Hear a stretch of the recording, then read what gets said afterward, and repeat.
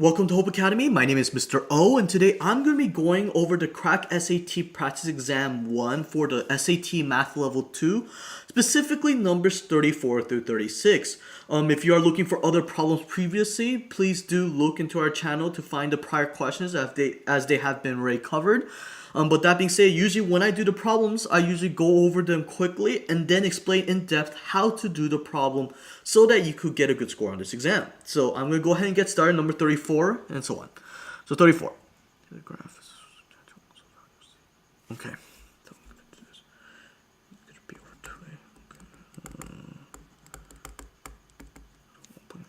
Okay, I'm going to need a calculator for this. So for this,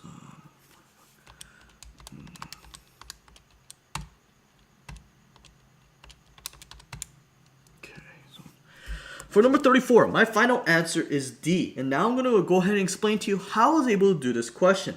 So for this specific question, I do need to, break it down quite a bit. So I'm going to go ahead and get a scratch paper out just to, sort of write it on a clean slate. But for number 34, the important thing about this question you need to know in order to do this question, there actually is by using a formula called the vertex formula. Okay, so I'm going to write that out. Vertex formula.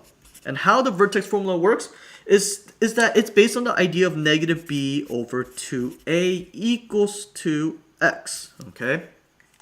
And right now, what you were given in this problem was a format that's very useful for us in order to do the vertex formula, which is the fact that it's in ax squared plus bx plus c.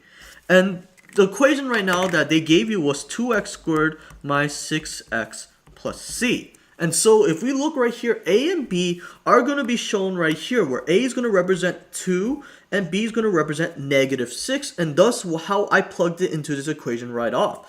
And so I plugged in negative 6, so negative of your negative 6, over 2 times 2, which is 6 over 4, which is basically 3 over 2, or 1.5, okay?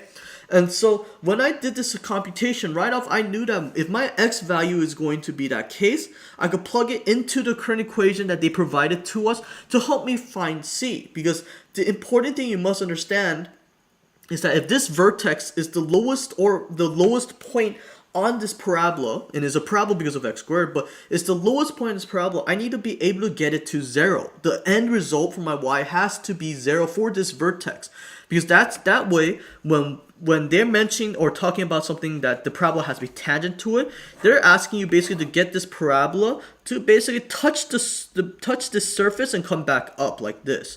So they want a visual of something like this, where the parabola looks something like this, where it's basically, perfectly tangent and or 90 degrees right here, touching the x-axis and then coming back up. Okay, and so my vertex has to be the representation of that. And so now I'm going to go ahead and plug it into this equation. So what I did was that I plugged in 1.5 into this. So 2 1.5 squared minus 6 1.5 plus c. And what happened is that on the calculator, on my calculator, handy dandy calculator that I did right here, you can look right here, my computation ended up becoming negative 4.5. So negative 4.5 plus c equals 2y. And as I mentioned before, in order to get to the c value, or to make it so that this parabola is tangent to the x-axis, I need to get this so that it only touches it. Literally my y-axis, y value has to become 0. That's the goal. And so to get that to happen, I made c become 4.5, because if I have a negative version, a positive version of it will cancel out to balance to become 0. And thus how for number 34, my final answer is D. And that concludes my explanation for number 34. And so to continue on to the next question. So for number 35. So number 35. Okay.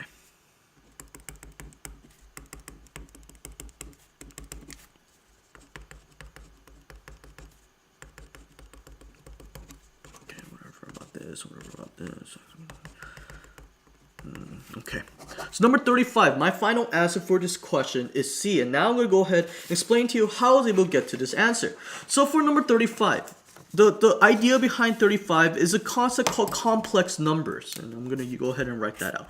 Complex numbers. And in this idea of complex numbers, the key thing you need to remember is that I is called what we call an imaginary number. Imaginary number.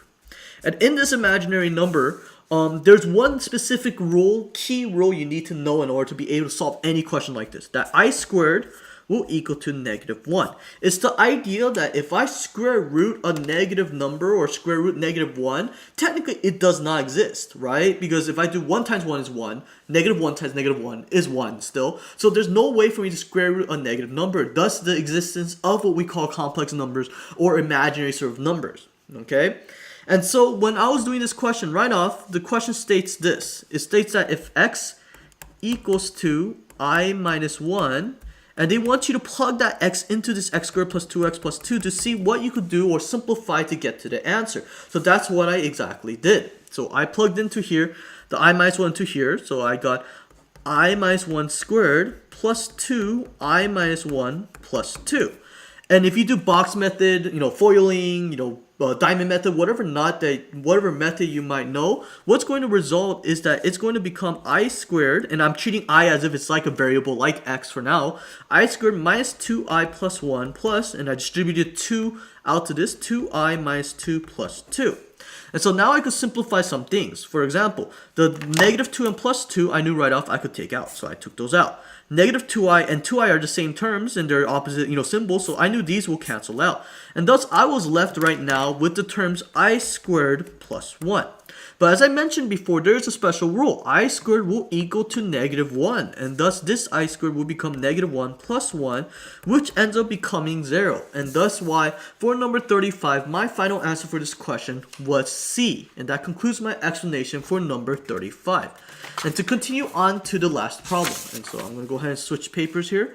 So number 36. So number 36 shows this, and it says the curve shows. Okay. Nope.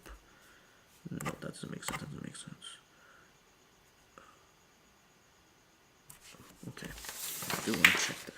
1 second. Just to check, confirm. To analog E. I do want to check to see if it visually looks like that, because I'm not. I just want to be safe on this. Oh, definitely, it's going to be this. Okay, so number 36, my final answer is E. And now I'm going to go ahead and explain to you how I was able to get to this answer. So for 36, when you are doing this question, this is based around the idea of parent equations, okay? And so what I mean by parent equations is the idea that you know how the original graph sort of looks like. So for 36, when I was doing this question, I did a process of elimination because this was the easiest question for me to run through this and be like, nope, not the answer, or whether or not it could possibly be. So for example, for a, e to the x, right off, when I know the equation for e to the x, it will look something like this, where it goes up eventually. It will go up forever, thus a doesn't make sense, because this graph is going down. B, I wasn't sure, so that's why I left it alone.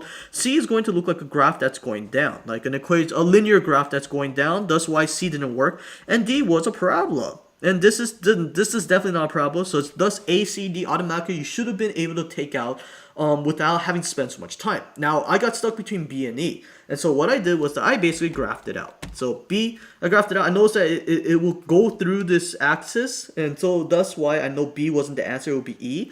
But in case you're not sure, you could always use the graphing functionality in the calculators because these are allowed on the Math 2C exam. And so I could actually graph this out in case, let's say we want to see this one, the other one, and confirm.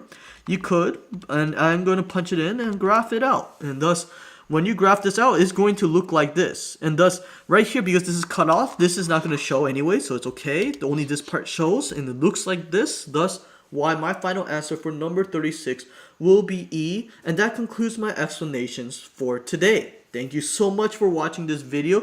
Please do subscribe to our YouTube channel, like our Facebook page, follow us on Twitter, so that we can continue to make content like this. I hope you have a wonderful day.